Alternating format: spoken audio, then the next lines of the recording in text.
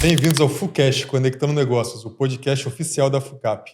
Meu nome é Fabrício Bravin e ao meu lado, meu sócio já de FuCast, né? Everson Mercedes. Isso aí, Fabrício. Muito obrigado aí mais uma vez pelo convite. Vai ser uma oportunidade grandiosa aí de aprender sobre um assunto super importante para toda e qualquer organização, né? Estamos recebendo uma fera aqui que você vai apresentar e vamos conversar muito sobre cultura aqui, né, Fabrício? Cultura organizacional. É E isso. muita empresa está precisando melhorar sua cultura, né? Exatamente. E a nossa convidada do dia hoje é a Elizabeth. A Elizabeth Leonetti, que é fundadora da Adesione Gestão de Capital Humano e especialista em gestão de pessoas e transformação organizacional. Com mais de 30 anos de experiência, ela conhece de perto os bastidores de empresas tanto familiares quanto multinacionais, conduzindo processos de mudança cultural e impulsionando o desenvolvimento humano e estratégico. Muito bem-vindo, Beth. Muito obrigada, Fabrício, Everson, prazer estar aqui com vocês. E agradecer a FUCAP pelo convite também, de oportunidade de falar de um tema tão relevante para as empresas em geral. Super. A gente te apresentou aqui, Elizabeth, mas estou te chamando de Beth, tudo bem? Por favor. Então tá Beth, eu vou ficar mais tranquila, inclusive. Elizabeth é muito formal. Então, Beth, 30 anos de experiência, hoje você é consultora, ajuda outras empresas, mas para ajudar outras empresas você acumulou muitos anos de experiência, né? Quando foi o clique para transformar toda essa experiência na Adesione? Tá, então primeiro eu vou contar um segredinho. São 35 anos já de experiência. São 35 anos de experiência e sempre na área de gestão de pessoas, acumulando experiências como executiva da área, como head da área de pessoas. O clique veio há 7 anos atrás. Assim, há 7 anos atrás eu decidi que eu poderia ser mais útil se eu pudesse transitar em diferentes organizações ao mesmo tempo. Né? Sair do mundo lá corporativo, daquela rotina de estar sempre numa mesma empresa e poder contribuir em diferentes contextos ao mesmo tempo. Né? Então, foi aí que eu entendi que era o momento de ser consultora e não mais uma executiva da área de pessoas. Então, foi esse o clique que deu, né? A ideia de olhar para diferentes realidades ao mesmo tempo e poder contribuir em diferentes contextos. Até porque, na minha experiência, eu passei por vários segmentos. Eu passei por varejo, pela indústria, pela prestação de serviço, pela saúde, pela educação também. E aí eu olhei para tudo isso e falei, nossa, eu tenho uma experiência em diferentes segmentos, em diferentes modelos de organizações e culturas. Por que não somar isso de uma maneira mais pontual e não tão recorrente como é quando você está dentro de uma organização só? Então, foi esse o clique. Que legal. 35 anos. 35. Você viu que eu comecei bebê, né? Nossa, mas você começou antes de nascer, então. Quem me dera, né? Quem me dera. 35 anos em gestão de pessoas. E a gente até recebeu a Kátia Roches aqui recentemente para falar sobre liderança. Verdade. E eu vou fazer a mesma pergunta que eu fiz para ela. Nesse período todo de 35 anos, quais são as principais mudanças que você observou no mercado? A gente fala de gestão de pessoas e cultura, né? Já entrando no assunto. Bom, eu falo que eu comecei minha carreira ainda na época da Revolução Industrial, né? Eu brinco que... Tanto é que eu comecei na indústria mesmo. Eu entendo que gestão de pessoas, ela nasceu inicialmente para controlar as pessoas, né? Controle de gente. E eu comecei bem nessa fase, né? Essa fase onde controlar as pessoas era importante. Comando e controle. Então, eu vivi muitos anos isso.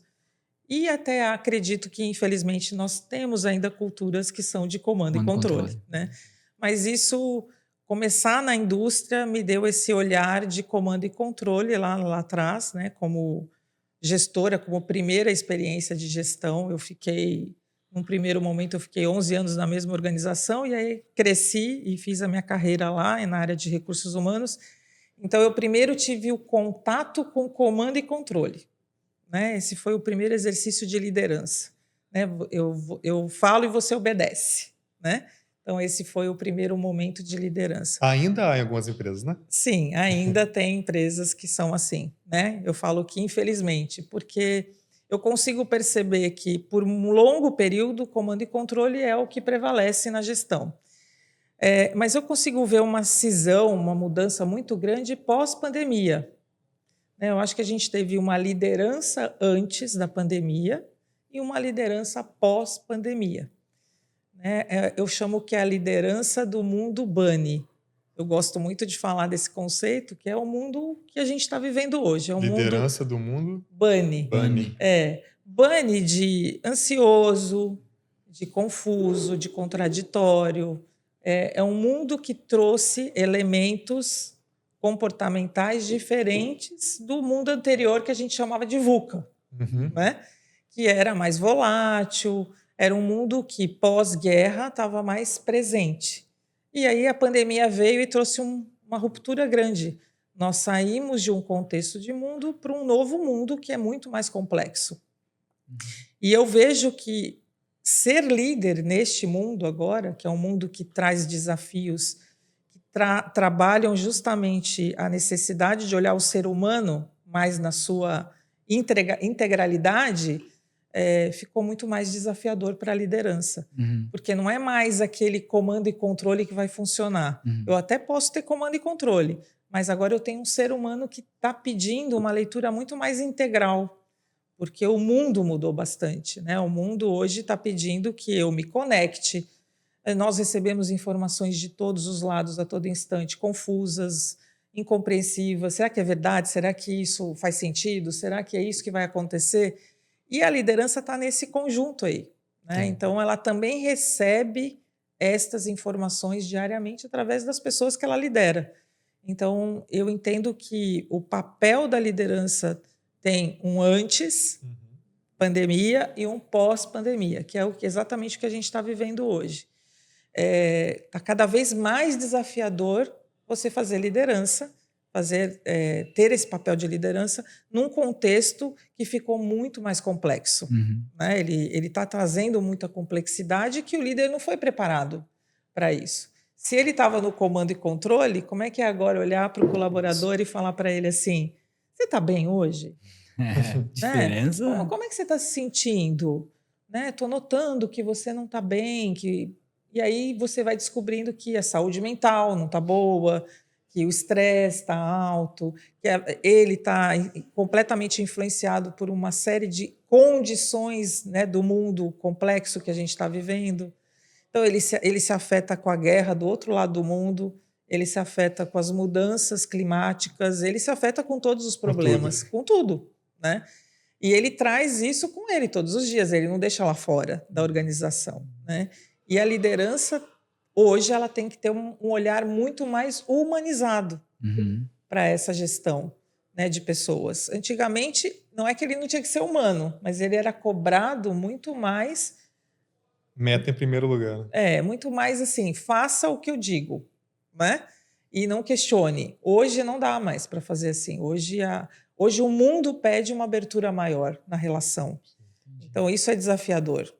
Ô Beth, e você acha que a diversidade geracional ela tem influência nisso, nessa dificuldade, né? Dificuldade não, vou colocar um desafio a mais para as lideranças e principalmente essas diferentes gerações que nós temos das empresas, né? As 4, 5 gerações talvez. Já perdemos a conta. Já perdemos as contas, né? Já. Ela pode impactar inclusive a cultura organizacional?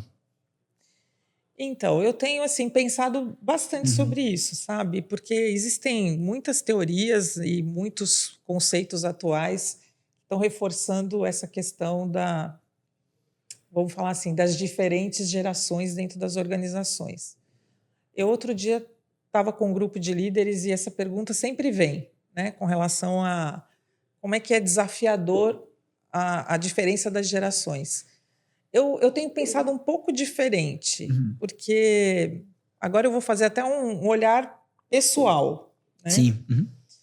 Eu faço parte de uma geração, se a gente for denominar, né? Eu sou a geração X. Eu não sou baby boomer, mas sou X. Logo na sequência. Quando eu vejo essa adaptação para o mundo atual, eu me vejo também me adaptando para esse mundo que está aí, esse mundo bunny que eu acabei de relatar.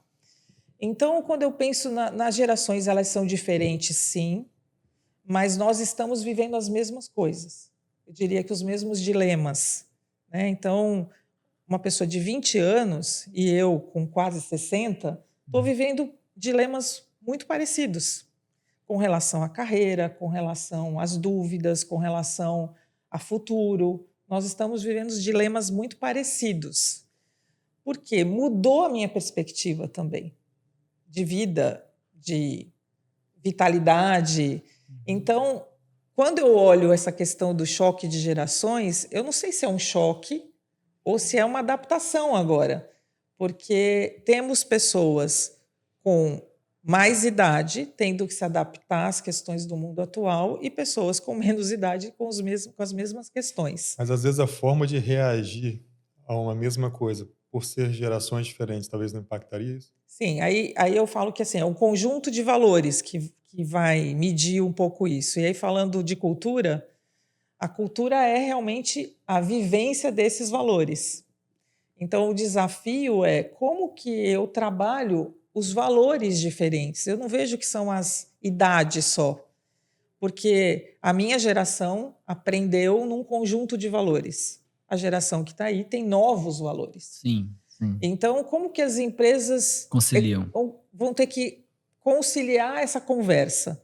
Eu não iria pela questão da idade, porque eu acho que isso hoje é muito relativo, né? Eu acho que tem muita gente aí com 80 anos com vitalidade e cabeça para trabalhar e gente com 20 que não tem vitalidade. Então, não é idade, né? É uma questão de prática de valores. Como que eu vivenciei os valores? Valores morais, valores éticos, valores que a gente chama aqui, que é o nosso comportamento. Então, como é que eu fui educado, como é que eu recebi esses estímulos? Então, as empresas têm um desafio grande de conectar-se a valores, que são os seus valores enquanto empresa, para que as pessoas se conectem com eles. Então, como é que eu transformo um comportamento numa prática de valor dentro da minha organização? E isso vale para quem tem 20 e para quem tem 80.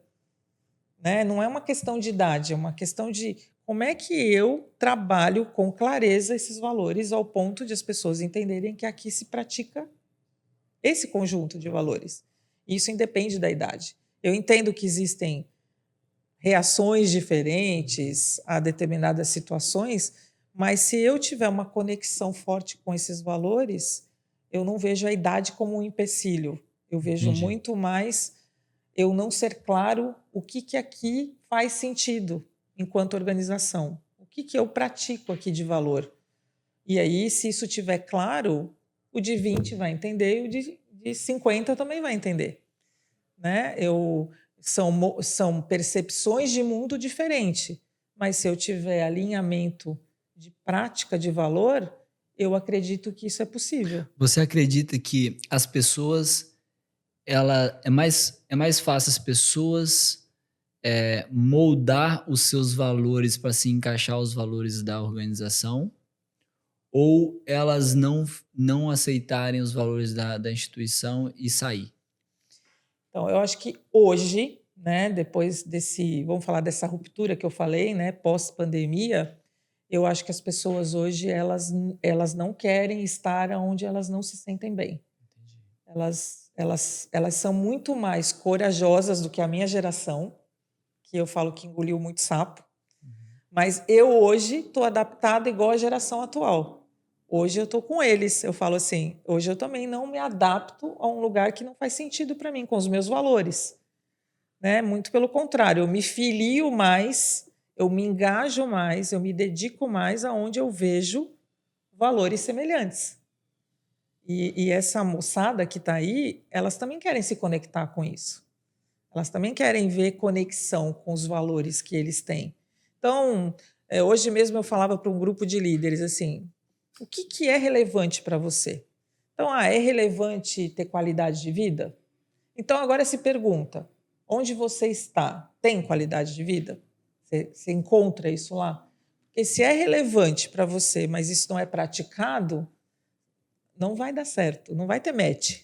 Não vai ter match. Então, assim, ou eu não vou entregar o que eu tenho para entregar, porque eu não estou feliz naquele lugar, ou eu não vou ficar bem. Eu falo que eu vou ser cobrado, né, de alguma forma, ou na minha saúde, ou no meu bem-estar, no meu humor, alguma coisa eu não vou estar não tenho como me conectar.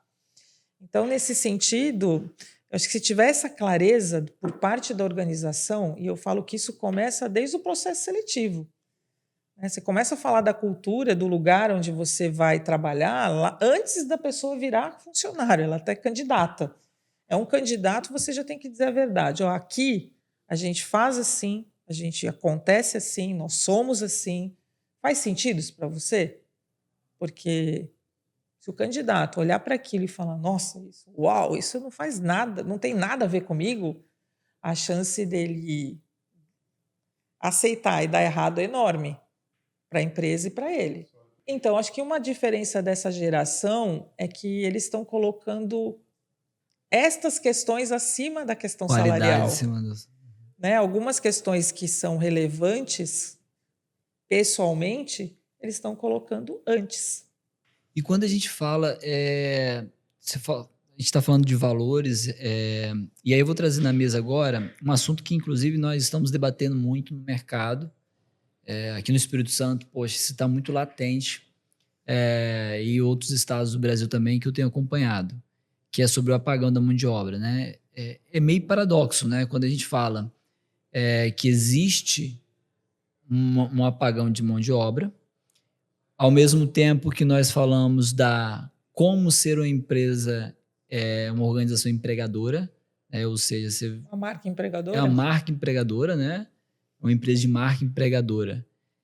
E ao mesmo tempo falar, olha, os valores da organização é esse. Você se enquadra? Mesmo eu, uma grande indústria, por exemplo, que emprego 20 mil pessoas precisando de funcionários. Cara, como é que, na tua visão, uma marca empregadora, ok? Como transformar a empresa numa marca empregadora diante desse paradoxo? Existe dificuldade de mão de obra, só que eu tenho que defender os meus valores. Eu, empresa, né? Até que ponto eu sou fiel ao fit cultural, né? Quando eu olho Até o que candidato. ponto eu quero segurar o meu fit cultural, a minha cultura, o meu valor que me trouxe até aqui, ou não, ou teve a transformação de cultura nesse meio do caminho, diante do que eu tenho que... Imagina uma planta industrial que eu tenho que ter lá 10, 15 mil pessoas trabalhando, eu não estou encontrando, e se eu não encontrar, eu não entrego e não tenho resultado. Paradoxo entre o resultado, né? Entre o resultado e a manutenção da cultura, que inclusive pode estar dentro da humanização, né? Tá. Então vamos lá, eu vou fazer outra pergunta. Né? Você entendo que resultados precisam ser sustentáveis. Exato. E eu hoje acredito que cultura está intimamente ligado a resultado sustentável. Perfeito. Né? Então, por mais que seja complexo, né, o que você acabou de falar, olha, eu preciso de mão de obra, e aí eu vou abdicar, talvez, do meu DNA para poder ter a pessoa aqui. É uma questão de tempo para você não ter resultado sustentável, porque assim, o custo do turnover, o custo do não ter o fit cultural, ele alto. aparece.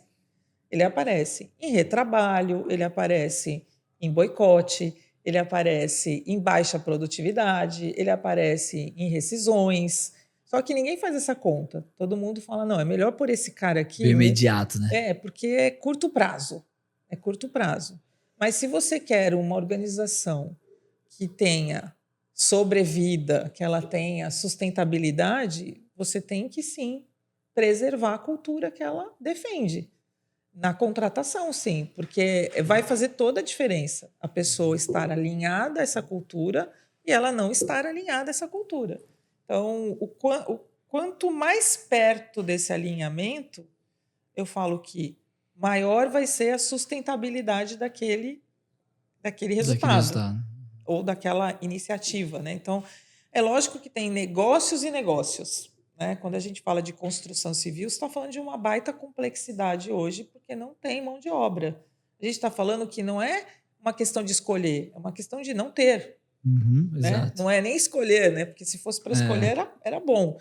Assim como está acontecendo na prestação de serviço, no supermercado, não tem gente para trabalhar nessas atividades. A gente tem realmente, não é que não é um apagão como já foi no passado. Uhum.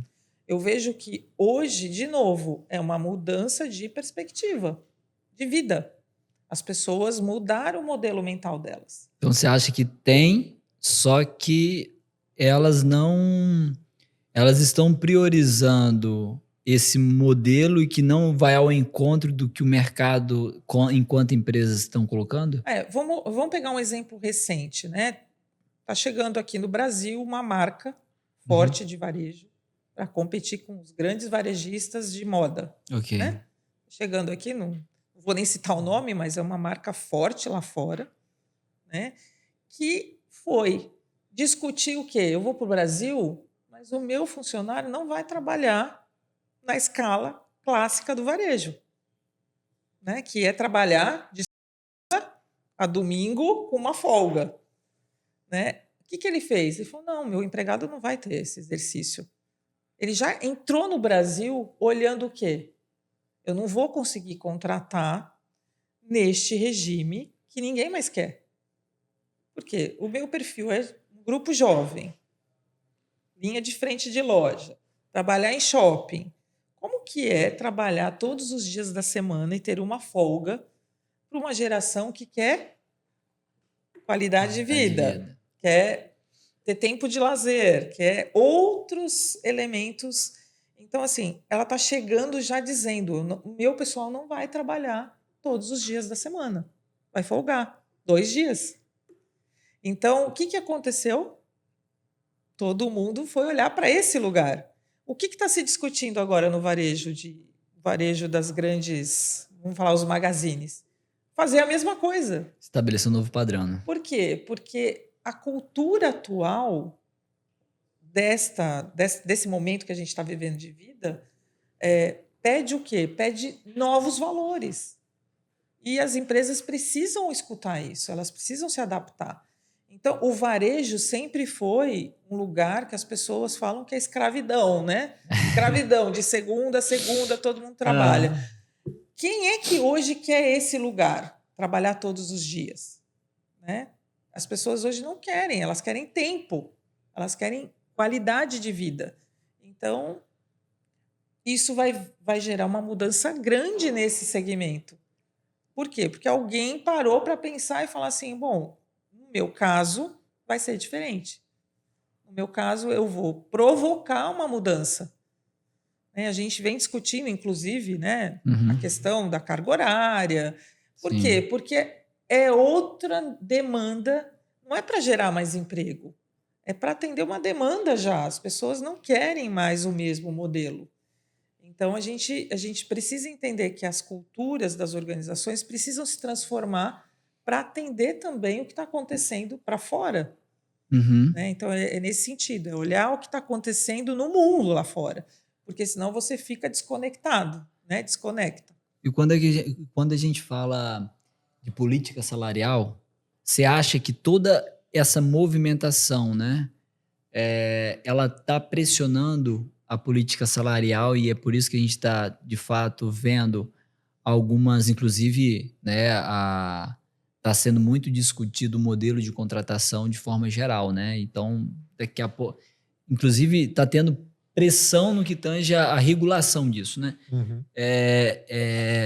Você acha que isso tá pressionando as políticas salariais, principalmente aqui no Brasil, porque a gente vê uma movimentação salarial, né? Se a gente pega os últimos 5 anos, vamos pegar antes e pós-pandemia, né? Sim. A gente vê, de fato, uma movimentação salarial muito grande. Você acha que isso tudo movimenta essa política? Você diz uma movimentação para inflacionar? Exato, aumentar os pisos salariais do que a gente tem hoje. Eu falo que em 35 anos de carreira essa conversa sempre existiu. É mesmo?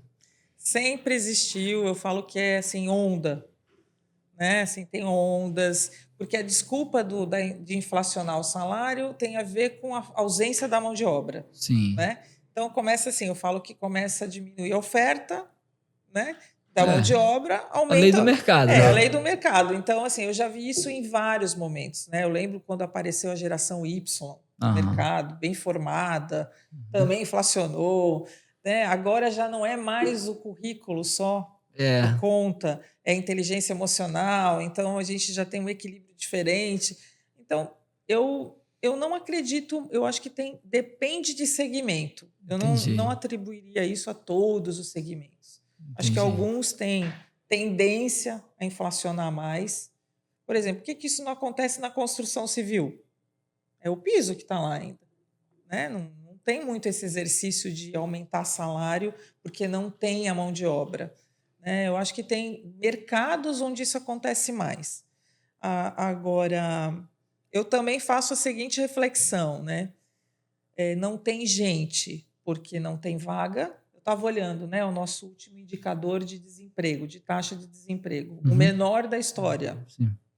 Aí eu olhei para aquele número e falei assim, por que será? Será porque nós temos muita gente no mercado hoje que não está mais no modelo clássico, carteira assinada, aí aquilo não aparece naquele indicador, né? Porque essa também foi uma mudança. Exato. Pós-pandemia. Tem PJ, tem exatamente. assistencialismo. Não, tem isso vai entrar em pesquisa, né? Então, mudou muito assim, o conceito de trabalho. Mudou. Não vou nem chamar emprego, né? Porque emprego é carteira assinada. Mas qual é o trabalho agora? O trabalho, eu vou dar até um exemplo assim. A minha filha tem 28 anos. Ela saiu da faculdade já dizendo: eu não quero minha carteira assinada. Eu vou trabalhar para mim. Aumentou muito, né, o número de empreendedores no Brasil. Muito, muito, porque em troca disso tem uma pseudo-liberdade, né? Assim, eu vou fazer o meu trabalho no meu tempo, no meu horário, eu não vou ficar embaixo de um líder tóxico, né? Porque é uma escolha. Né? Então, são mudanças que... Por isso que eu olho para esses números e fico sempre refletindo, assim, essa taxa é a menor por quê? O que mudou? Não é mais o mesmo conceito, porque o mundo mudou. O mundo do trabalho é outro, não dá para comparar 20 anos atrás. Né? O mundo do trabalho mudou completamente. Então, se eu não considerar isso dentro da minha organização, dentro do meu negócio, é como se eu estivesse fazendo gestão para um mundo de Nárnia, né? Que assim, eu não estou enxergando a realidade. Eu estou enxergando o que eu acredito só e não o que está acontecendo para fora. Então, acho que olhar para esse contexto é importante. Olhar que o contexto pede mudanças, pede transformação cultural. Aquilo que eu acreditava pode ser que não funcione mais. Roberto, você trouxe um exemplo agora há pouco aí da varejista que está chegando ao Brasil e está trazendo um novo formato de trabalho, já pensando no público brasileiro aqui, né? Sim. E isso, obviamente, impacta outras empresas. E aí eu acho que o mais difícil do que você trazer um negócio novo com uma cultura nova é você mudar a cultura da sua empresa atual. Queria que você falasse um pouco disso. Quais são as maiores dificuldades nesse processo de mudança de cultura? Até mesmo nessa questão que a gente estava discutindo aqui de ter multigerações trabalhando juntas, mudou muito a cultura das empresas. E algumas ainda estão desatualizadas, vamos dizer assim. Estão tentando manter uma cultura que já vinha de anos. Só que vai chegar um momento que elas, por bem ou por mal, né, no amor ou na dor, vão ter que mudar um pouco a sua cultura. Vamos pegar o exemplo do home office, né? Acho que o home office foi bem forte isso. As empresas tiveram, da noite para o dia, por conta da pandemia, elas tiveram que se reinventar. Elas tiveram que pôr todo mundo em casa para trabalhar, sendo que ela não tinha cultura para isso. Comando e controle, por exemplo, não tem cultura para todo mundo trabalhar em casa. Então, aquelas organizações que tinham uma cultura comando e controle tiveram que, da noite para o dia, acabar com o controle. Né? Então, eu fui lá e saí do controle e pus todo mundo para trabalhar em casa. O que aconteceu agora, mais recente? Todo mundo deu voz de comando para voltar. Verdade. Né? Muitos não quiseram. Não, assim. E o que aconteceu com o mercado? Reagiu. As pessoas falaram, eu não volto. Eu não quero mais voltar. E algumas empresas tiveram muitos desafios para tentar ler isso e se adaptar na sua cultura, porque a minha cultura é comando e controle. Então, todo mundo tem que sentar aqui e trabalhar, eu tenho que ver que está todo mundo sentado aqui trabalhando. Então, eu lembro de um banco muito grande, famoso, falando assim, a partir de amanhã todo mundo volta. E aí, algumas áreas ficaram vazias. Área de tecnologia, marketing, não apareceu ninguém para trabalhar. De novo, a minha cultura era forte, comando e controle. Mas eu preciso transformar a minha cultura para o que está acontecendo. Eu preciso olhar e falar, bom, como é que eu estou disposto a flexibilizar ou eu estou disposto a manter aquilo que é o meu DNA? É isso, a minha crença, eu acredito que as pessoas têm que trabalhar no presencial. Então, neste contexto, a empresa precisa pensar estrategicamente qual é a cultura que ela quer manter. Se é aquela da transição, que ela foi obrigada, né, a entrar naquele comando de cultura onde eu tenho uma certa liberdade, vou trabalhar de casa, ou eu vou voltar para a minha cultura habitual, que é todo mundo sentadinho no mesmo escritório, eu estou olhando todo mundo trabalhar. O líder, neste contexto, ele foi o que mais sofreu, porque ele nem sabia fazer gestão à distância e nem sabia como desconectar isso também agora, né? Trazer de novo todo mundo para o mesmo lugar e gerar uma cultura que era antes da pandemia. Com certeza não ficou uma cultura igual à da pandemia, porque as pessoas se viram diferente e pediram coisas diferentes. Uma delas é ficar em casa, pelo menos um dia, 2 na semana, porque eu descobri que isso é bom, eu descobri que isso me traz mais equilíbrio, eu fico menos no trânsito, enfim, tem uma série de benefícios.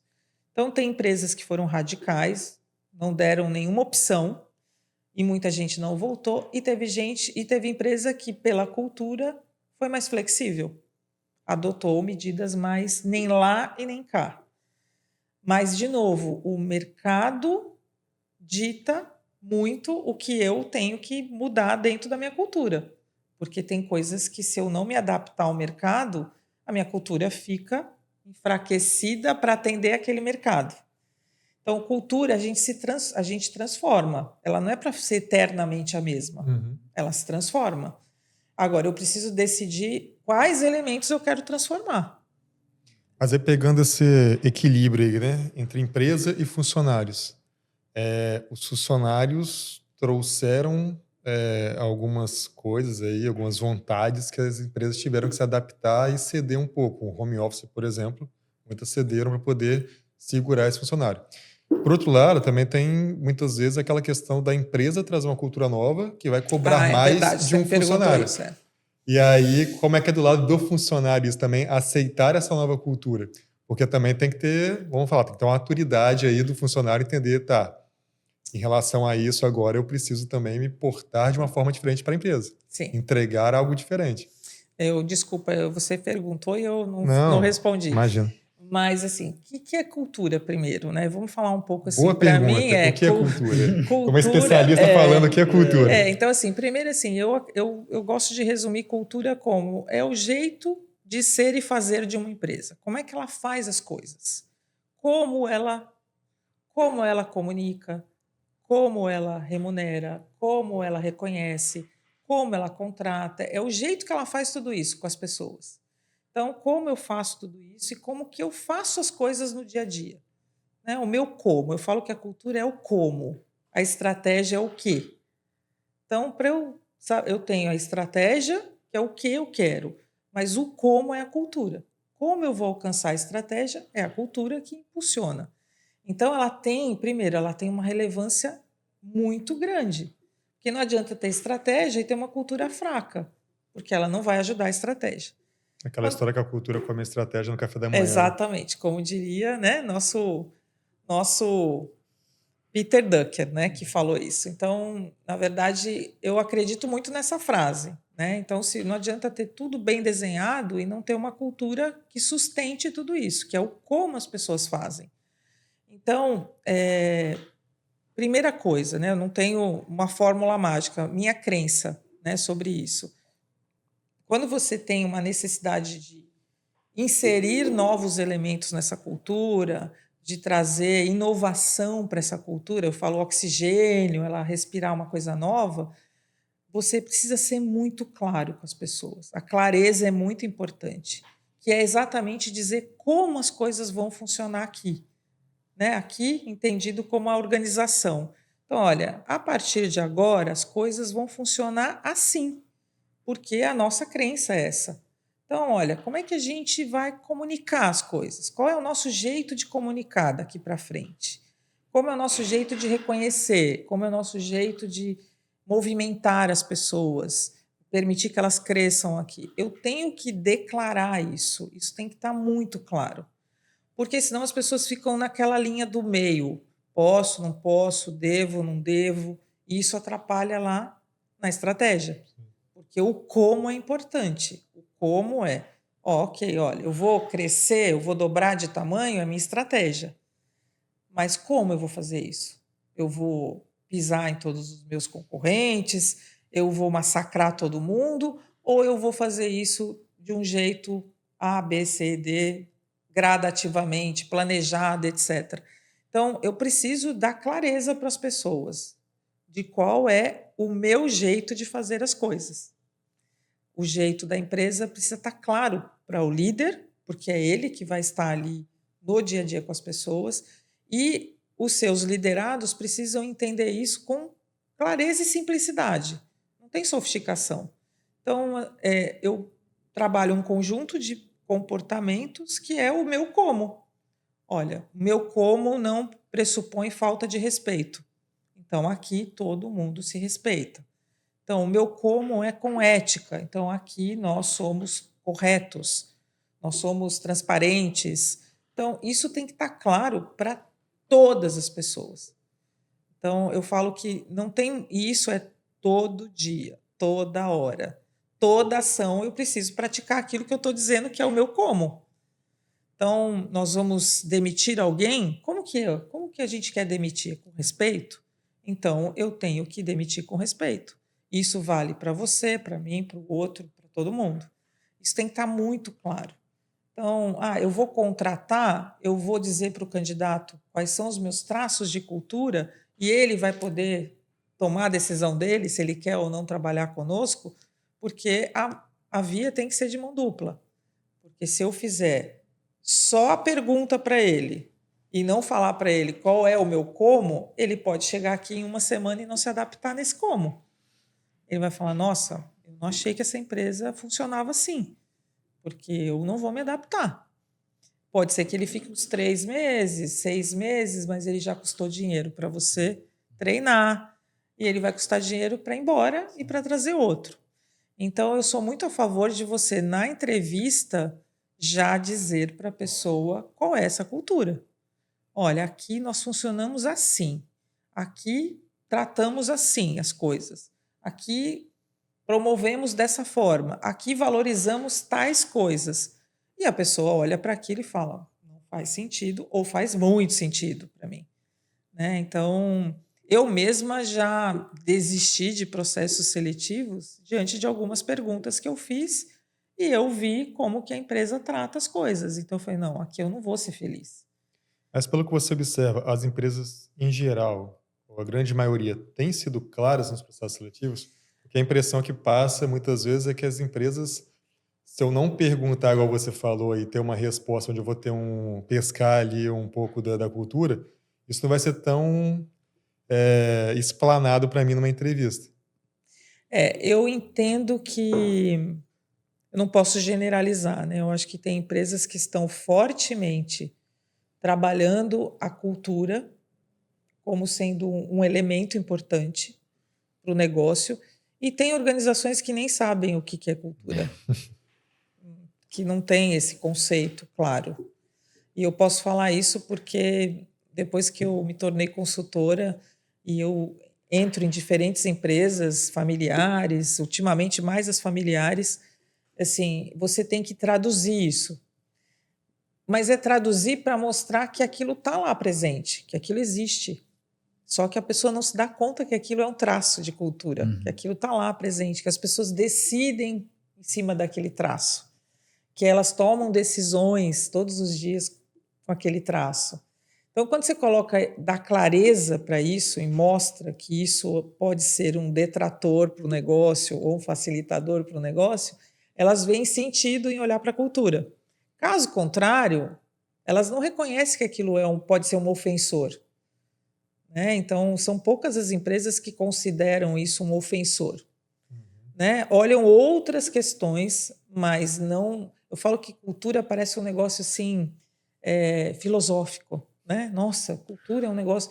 E eu falo, gente, é tão fácil falar, cultura é o meu como eu faço as coisas todo dia. Mas eu também imagino que você deve chegar muitas vezes na empresa para falar de cultura, e aí o dono, o diretor fala assim, não, mas a gente tem aqui missão, visão e valores. Só que assim, também na revisada tem anos, e do que está ali, nada reflete a cultura real da empresa, né? Não, e quando você vai discutir os valores, às vezes eles não fazem absolutamente nenhuma conexão com o que de fato acontece no dia a dia. E aí vira mentira, né? Ou vira um quadro pendurado na parede, que é muito comum, que não serve para nada. As pessoas até tiram barato, né? Falam, ali está escrito respeito, mas aqui ninguém é respeitado. Né? O dono grita com a gente todo dia. Então, não é um valor, né? A cultura não é essa, então. Então, eu não consigo imprimir na internet uma receita da cultura ideal? Não consegue. Sacanagem, não consigo. Ela tem que ser discutida, ela tem que ser digerida. A gente tem que pensar nas consequências daquela definição de cultura. De novo, ter a estratégia clara é importante, mas qual cultura suporta a estratégia é mais importante ainda. Legal. Beth, agora falando um pouco da transformação digital que a gente está, e não tem como a gente não vincular a pessoas, a gente, né? Essa semana eu estava ouvindo o professor Silvio Meira, cara, para mim, espetacular no que tange a inovação, no que tange a transformação digital que a gente está vivendo há anos, né? Mais fortemente agora. E aí, nós também estamos no dilema em relação à inteligência artificial e as pessoas.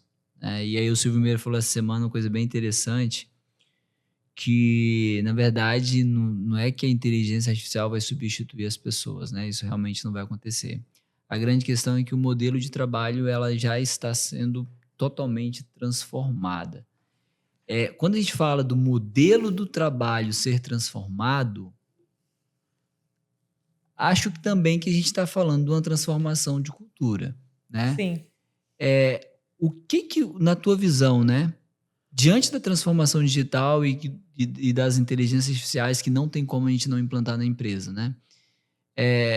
O que você acha, na tua visão, qual é um item, tá, de tantos que vai ser necessário para sustentar uma cultura forte para essa inteligência artificial estar inserida nas empresas? Porque, novamente, a inteligência artificial não vai abrir a porta da empresa sozinha. Vai precisar de uma pessoa ali abrir a porta. O que nós vamos precisar em relação à cultura para sustentar essa transformação digital? Nossa, é outra receitinha, né, que você está pedindo? Eu estou pedindo? Não posso deixar de pedir essa receita, né? Eu e todo mundo que está ouvindo e nos assistindo, né? A gente aproveita o Fucast para fazer consultoria. Lógico, esse aqui, pessoal, ó, isso aqui é uma consultoria totalmente 0800, entendeu?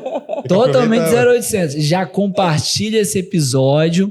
Vou fazer o marketing aqui, tá? Faz, com vontade. Já compartilha esse episódio, pega isso aqui, envia para todo mundo que tá precisando de uma consultoria de cultura organizacional 0800. Aí depois você vai lá na rede social da Beth e ela vai passar depois, e aí conversa com ela, né? Ou seja, envia para quase todo mundo que você conhece. Até parece. Vamos lá. Acho que eu vou responder isso de uma maneira mais simples. Eu diria que a dica... eu acredito que a transformação humana é um ponto importante para o que vem por aí. Sim. Eu vejo que nós vamos vivenciar uma revolução humana e não uma revolução tecnológica, porque nós vamos ter que reinventar esse ser humano também para ele se adaptar ao que vem por aí. Então, acho que se eu tivesse que dar um conselho, né, eu diria que está cada vez mais relevante a gente cuidar desse ser humano, porque é ele que vai ter que entender o que vai acontecer no mercado, na vida dele, E até acho que já está acontecendo, né? Assim, hoje eu vejo as pessoas assustadas com algumas coisas, preocupadas com outras e encantadas com outras, né? Quer dizer, a gente está vivendo os 3 sentimentos, né? Você olha o que a inteligência artificial tem feito só de movimento emocional na vida das pessoas, né? Eu falo que elas estão felizes porque elas estão recebendo ajuda da inteligência artificial, elas estão assustadas porque ao mesmo tempo elas ficam, meu Deus, como assim? E quantos de nós estamos preparados para lidar com esse sentimento agora? Porque é um sentimento contraditório. De novo, lá a história do mundo Bunny. Ao mesmo tempo que me assusta, me dá prazer. Porque eu estou resolvendo alguns problemas rápido. Lá, muito rápido. E também estou me conectando, de alguma forma, com algo que soma a minha inteligência, a minha capacidade produtiva. Então, eu falo que antigamente eu demorava dias para preparar uma aula. Com a inteligência artificial, você faz em horas. Né? Então, ao mesmo tempo que isso é encantador, é assustador também. Porque vem a pergunta, né? E a tal da produtividade, né? Olha quanto que eu ganhei de tempo. Que é o quê? Um pedido deste mundo. É ter tempo. Exato. Só que, ao mesmo tempo, estão surgindo outras coisas para você entrar no tempo, né? A partir do momento que você resolve algo mais rápido, você sobra tempo não necessariamente para descansar, mas para resolver outros problemas, né? Por isso que eu falo que é uma revolução humana. Assim, eu acho que a gente precisa pensar no ser humano agora. Ok, não adianta eu comprar a melhor tecnologia, ter tudo... Sim. Tudo aqui vai ser inteligência artificial. Sim. Mas se eu não cuidar desse ser humano, ele está nesse sentimento aí. Sim. Prazer e medo. É um bicho de 7 cabeças ou vai me ajudar? Ou vai tirar meu emprego? Né? Então, assim, eu acho que tem algumas empresas com bons cases de preparar a mão de obra para essa inteligência artificial. Que é, assim, desmistificar. Exato. Né? Mostrar assim, olha, gente, isso aqui é normal, vai ser nossa vida isso agora. Assim como foram outras coisas. Né? Eu falo que eu gosto muito de Alvin Toffler, quando ele falou das ondas. Né? Quando ele escreveu A Terceira Onda, ele falou assim, é assim que a gente tem que aprender. Né? É igual o mar. O mar está lá, mas a onda se renova. Né? Ela não é a mesma. Então, mas o mar é o mesmo. Então, acho que a gente está nesse contexto. Acho que o mar é o mesmo. Mas a onda vai ser inteligência artificial, a outra onda eu não sei qual vai ser. Mas a gente precisa saber navegar agora nesse mar. E é uma necessidade que vai vir para o ser humano. A gente vai ter que preparar as pessoas para isso. Você falou uma coisa aí que eu acredito muito. Algumas pessoas falam que eu não concordo, que a inteligência artificial está emburrecendo muita gente. Eu não concordo com isso. Porque a inteligência artificial está sendo inserida nas empresas para trazer produtividade. E aí você falou de capacitação, né? A capacitação, inclusive, né, que esses PDIs lá, né? Eles vão ter uma mudança, né? Acho que... E essa mudança, e a inteligência artificial traz tempo para você tornar o ser humano mais inteligente. Na verdade, é isso, né? Se você tem tempo de fazer o operacional, você tem tempo bem usado para se tornar mais inteligente, né? Inclusive para construir esses prompts, né? Porque a inteligência artificial ela não ela faz para você aquilo que é o operacional. Só que a criação daquilo, né? Seu. É o seu. É humano.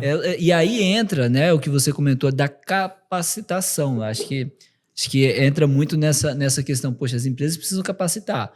Tá, mas qual é... Aí, novamente, a receita. Porra, não tem, né? Qual é a receita? Desculpa, não tem a receita Então, de novo, assim, olha para a tua cultura. Então, assim, se você tem uma cultura que valoriza o conhecimento, você não pode agora colocar esse tema num lugar que é assustador. Você tem que considerar ele como conhecimento. Isso. Então, assim, tem empresa que está fazendo do limão a limonada, né? Está pegando o tema e está trazendo... Você pensa numa fábrica.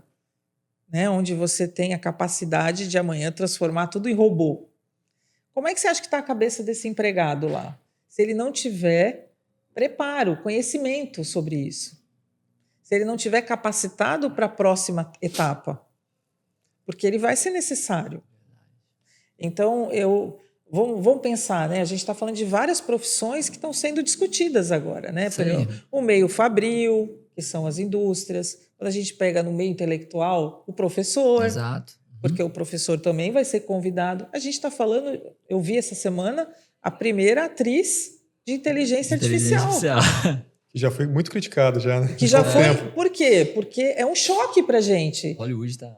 Né? Tá todo mundo assim, vou perder meu emprego, não vou precisar mais ser ator, porque olha só, ela não tem problema para gravar os textos, ela não se afasta, ela não adoece, não precisa de dublê. Então, assim, mas como que a gente preparou esse ator que está lá, que sempre foi relevante, para entender isso? Exato. Qual é a parte que vai, na verdade, ajudá-lo? E qual é a parte que também ele precisa se movimentar?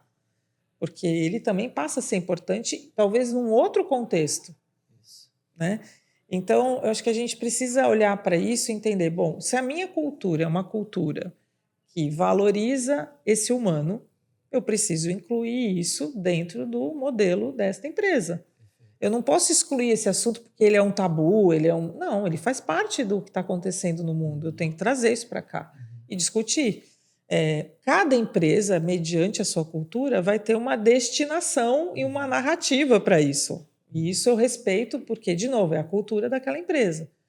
Ao mesmo tempo que a gente está falando de inteligência artificial aqui, eu atendo clientes no interior, né, no interiorzão aí do Brasil, que zona rural, que eles estão muito longe de discutir isso.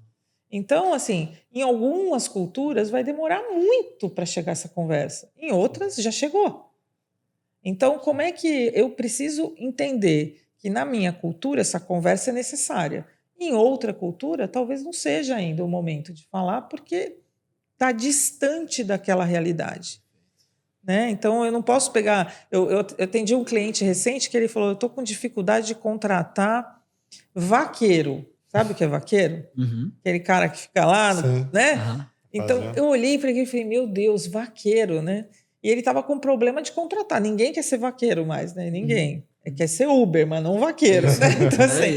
Então, assim, eu quero ser Uber, mas não vaqueiro. E aí, num contexto deste, o problema dessa empresa é outro. É verdade.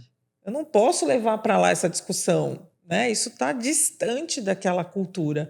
A cultura ali demanda outras questões, né? Então, vaqueiro, né? Vaqueiro a gente fala, bom, tem gente que vive a vida como vaqueiro, mas os grandes pecuaristas estão tendo muito problema, porque ninguém quer mais. Por quê? Porque, de novo, é um trabalho pesado, no sol, né? Não tem qualidade de vida, tem risco, né? Porque você tem um risco enorme. Então, eu falo, nesta cultura, o que é relevante? Não é falar de inteligência artificial, por exemplo, mas talvez não para o vaqueiro, mas para o engenheiro, sim. Para o engenheiro que está lá estudando metodologias de produção e etc., talvez seja importante. Mas se a minha cultura pede esse nível de desenvolvimento. Aproveitando o gancho, então, falando sobre IA, queria convidar vocês a ouvir o último episódio que a gente gravou com a Gil Mangoni, exatamente falando sobre cocriação entre humano e IA, como implementar essa tecnologia nova no seu time de trabalho. E, Beth... Outra consultoria 0800? Outra consultoria 0800, tem que aproveitar. Muito bom, O Lino me acompanhou. Esse 0800 aí é que, né? A gente tem que manter a audiência. Tem que manter a audiência. Tem que entregar. Beth, a gente está chegando já no final do podcast, mas eu vou fazer uma última pergunta e já vou até abrir para você comentar, né?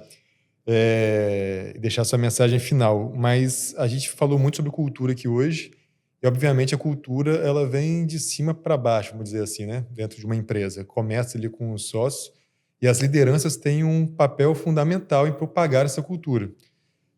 Eu queria que você comentasse e deixasse aí uma mensagem para quem ali é meia liderança, que a gente fala os gerentes, porque é quem está mais em contato com as equipes E ele tem ali um papel duplo, porque ele, ao mesmo tempo que ele é funcionário daquela empresa e ele tem que aprender a lidar com aquela cultura, ele tem que ajudar a propagar ela. É uma balança aí também que tem que ser considerada, né? Agora é mentoria. Vai lá. Mentoria para.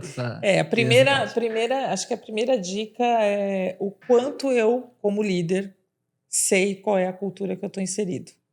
Primeiro, eu preciso saber se eu tenho essa clareza, porque o que eu vejo muito na prática é que o discurso é esse, mas na prática nem ele sabe, né? Então, assim, o quanto ele tem segurança de defender essa cultura.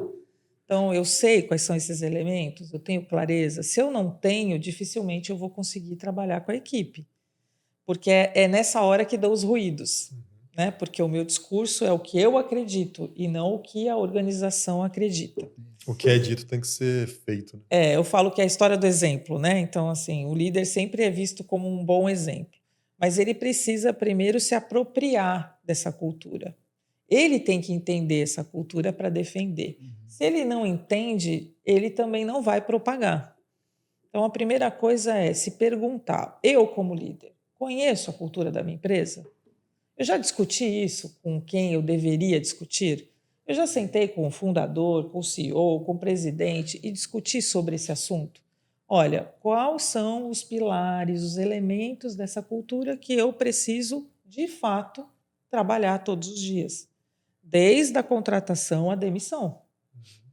Porque eu falo que o contexto ideal é eu admitir pela cultura e demitir pela cultura. Porque ela tem que estar no meu como fazer as coisas. Então, eu contrato defendendo a minha cultura e demito também defendendo essa cultura, porque a pessoa fez algo que não faz sentido para a minha cultura. Então, quando a gente consegue, como liderança, navegar nesse lugar seguro, olha, eu sei quais são os drives, eu sei os drives, os pilares, os valores, cada empresa tem um nome. Se eu reconheço quais são os comportamentos observáveis dessa cultura, eu preciso trabalhar olhando para eles. Porque aí a sua relação com o colaborador é uma relação de como eu me comunico. Então, eu tenho que saber como essa cultura se comunica. Como eu reconheço? Como essa empresa reconhece as pessoas? Porque se ela reconhece declaradamente, eu também, como líder, tenho que reconhecer declaradamente. Se ela não reconhece, dificilmente eu vou reconhecer, porque eu vou ter que transmitir a mesma coisa. Porque senão você é o isolado da cultura, você é o contra a cultura, você não é o a favor da cultura. Então, como eu reconheço, como eu contrato, como eu demito, como eu desenvolvo, tudo isso tem que conversar com a cultura. Então, primeira coisa, se eu não tenho clareza, dificilmente eu vou ter condição de fazer gestão de pessoas respeitando isso. Então, eu posso fazer a minha cultura, que é o que eu vejo muito nas empresas. Você tem a cultura do departamento A, a cultura do departamento B. E aí, o que acontece com a estratégia? Fica enfraquecida. Porque alguns entendem, outros não. Uns vão fazer o como ideal e outros não. Então, para além de eu entender quais são as minhas metas como líder, qual é a estratégia da organização, eu preciso entender de cultura. E eu diria para vocês que talvez 99% dos casos o líder não tem essa clareza. Ele tem dificuldade de fazer a conexão. Ora, porque ele também não reconhece aquele elemento, porque ele não vivencia também. Porque eu falo que o líder não é um ser à parte, né? Ele também sente tudo da cultura. Né? Se ele foi contratado numa cultura torta e ele tem que falar da cultura correta, dificilmente ele vai conseguir traduzir isso. Então, eis aí o desafio. Quando a gente fala de mudança de cultura, eu preciso repaginar tudo. Eu preciso falar do discurso inteiro para todo mundo sempre. Porque se eu tinha uma cultura quando você entrou na empresa e eu quero uma cultura nova agora que você está na empresa, eu preciso contar a história inteira. Porque você ouviu uma coisa completamente diferente. E entendeu uma coisa completamente diferente. E talvez esteja replicando isso. Né? Então, acho que não tem uma receita, mas tem um conselho. Né? Eu falo que quando eu era mais jovem e estava ainda nesse processo de trabalhar em diferentes empresas, eu lembro que eu entrava nas organizações para o processo de entrevista e a recepção já era uma leitura da cultura para mim. Então, eu olhava o jeito que as pessoas falavam no telefone, o jeito que elas se tratavam, e em muitos momentos eu falava assim, tomara que não dê certo, porque aqui não é uma cultura que me agrada. Em contrapartida, eu também entrei em alguns lugares onde eu esperava na recepção e falava assim, uau, essa é uma empresa que eu quero trabalhar. Porque a gente percebe os comos desde a entrada. Desde a porta, né? Desde a primeira conexão. Quando você tem uma cultura forte, você está conectado desde a recepção até a última pessoa que você vai falar. Do mesmo que a gente fala de pontos de contato do cliente, a gente tem os pontos de contato Exatamente. do colaborador. O cliente também sente essa cultura. Sem dúvida. Né? Porque quem é que faz isso? Alguém que vai atendê-lo, né? Beth, muito obrigado. Gostou eu que do agradeço. bate-papo? Gostei bastante. Foi leve. Tá vendo? Né? Daria para ficar mais uma hora aqui conversando. Fácil.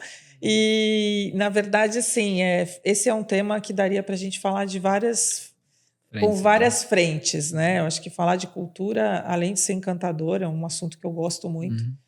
Eu acredito muito no poder da cultura dentro dos negócios. Eu acho que a cultura ela tem o poder de modificar um negócio para o bem e para o mal. Mas pode deixar que não demora não, a gente traz você de volta. Mas para quem quiser te acompanhar, te achar, precisa da sua consultoria, como que faz? Eu tenho uma página no LinkedIn, mas eu também posso deixar aqui o meu contato. Né? Eu posso falar o telefone? Claro. Pode. Então, e o LinkedIn também. Então tá. O LinkedIn está como Elizabeth Leonetti. E o meu contato é de São Paulo, é 11 99407 3575. É isso. Pessoal, se quiser bater um papo. Quando a Beth está aqui no Espírito Santo, ela, na verdade, a gente aproveita todos os tempos dela, né? Então, para ela ter separado esse tempo aqui, justamente para, né, contribuir com o desenvolvimento dos negócios, porque esse é o nosso objetivo, né, aqui no FUCast. Trazer grandes figuras empresariais, grandes lideranças, para justamente desenvolver, de alguma forma, e contribuir para o desenvolvimento econômico das empresas, geração de emprego. Então, esse é o objetivo, de fato, do FUCast, né? Realmente conectar, por isso fala, né? Conectando negócios. É porque a gente acredita nessa rede de conexão justamente para que haja realmente uma prosperidade nos negócios. Então, quando eu falei, não, vamos levar a Beth para o FUCast, porque acho que a cultura, né, é muito bem gerida, né? Acho que ela sim traz resultado, né? E eu acho que essa é uma oportunidade, eu acho que é bem legal que vocês estão fazendo, que é de falar a vida como ela é. Como ela é. Tem que ser, né? Então, tem que assim, ser. Então, o que eu trouxe aqui nesse bate-papo é o que eu vivencio, é o que eu percebo nas organizações, não é o que está só nos livros, né? Nas teorias. Eu acho que é a prática, que eu acho que hoje o profissional precisa entender como que a vida é na prática. Isso aí. Né? Porque quando você pega um livro tem vários autores para falar de cultura organizacional que tem um certo grau de sofisticação, eu falo que eu resumi bem assim, né? Então, pensa no como. O como é sua cultura, entendeu? Assim, se você pensar no como e refletir sobre isso, como é que a minha empresa faz tal coisa? A resposta é o traço cultural dela. O palco é bonito, né? Mas tem que mostrar os bastidores. Exatamente. Everson, gostou da consultoria grátis, cara? Com certeza.